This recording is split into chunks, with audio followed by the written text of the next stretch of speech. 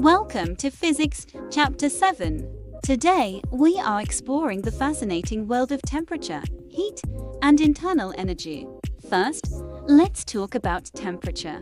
We often define it as the degree of hotness, but our human senses can be surprisingly unreliable. Even though the rug and tile are at the same temperature, the tile feels colder because it conducts heat away from your skin faster. To measure temperature accurately, we use thermometers. Liquid in glass thermometers rely on the expansion of mercury or alcohol when heated. Modern technology also gives us contactless infrared thermometers, which measure thermal radiation to determine temperature without any physical touch. We use two main scales, Celsius and Kelvin. Celsius is based on the ice point at 0 degrees and the steam point at 100.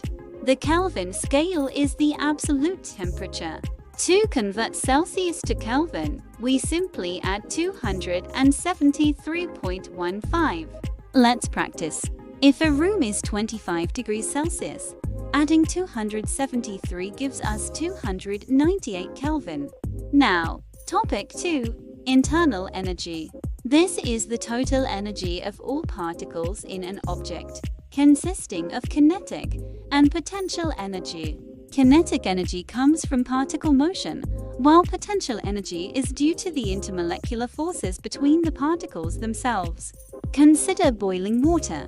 Even as you add heat, the temperature stays at 100 degrees because the energy is used to break intermolecular bonds.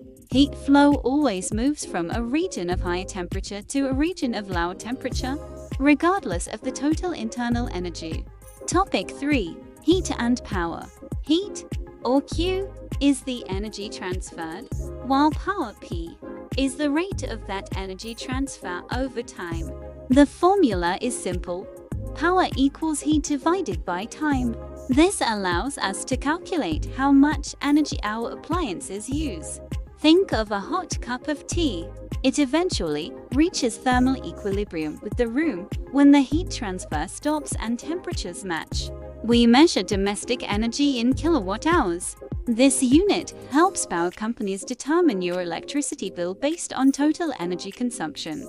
Topic 4 introduces heat capacity. Heat capacity is the energy needed to raise an object's temperature by 1 degree Celsius.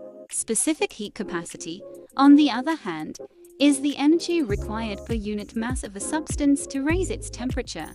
Take the sea versus sand example. On a sunny day, the sand gets incredibly hot while the water remains refreshingly cool. This is because water has a high specific heat capacity. It takes a lot more energy to change the temperature of water than sand. This property makes water a perfect coolant. Car engines use water to absorb heat and prevent the metal from melting under pressure. Topic 5 covers mixtures. According to the law of conservation of energy, heat lost by a hot object equals heat gained by a cold one. When you mix hot and cold water for a bath, the energy transfers until the entire volume reaches a steady, final temperature. Let's solve a coffee mixture problem.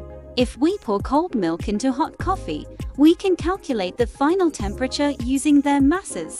By setting the heat lost formula equal to heat gained, we find the equilibrium point where the energy is balanced. In summary, we've learned about temperature scales, internal energy, heat transfer, and how substances react differently to thermal energy. Mastering these formulas is the first step toward understanding the complex thermodynamics that govern our physical world. Keep practicing, stay curious, and remember, physics is everywhere. See you in the next chapter.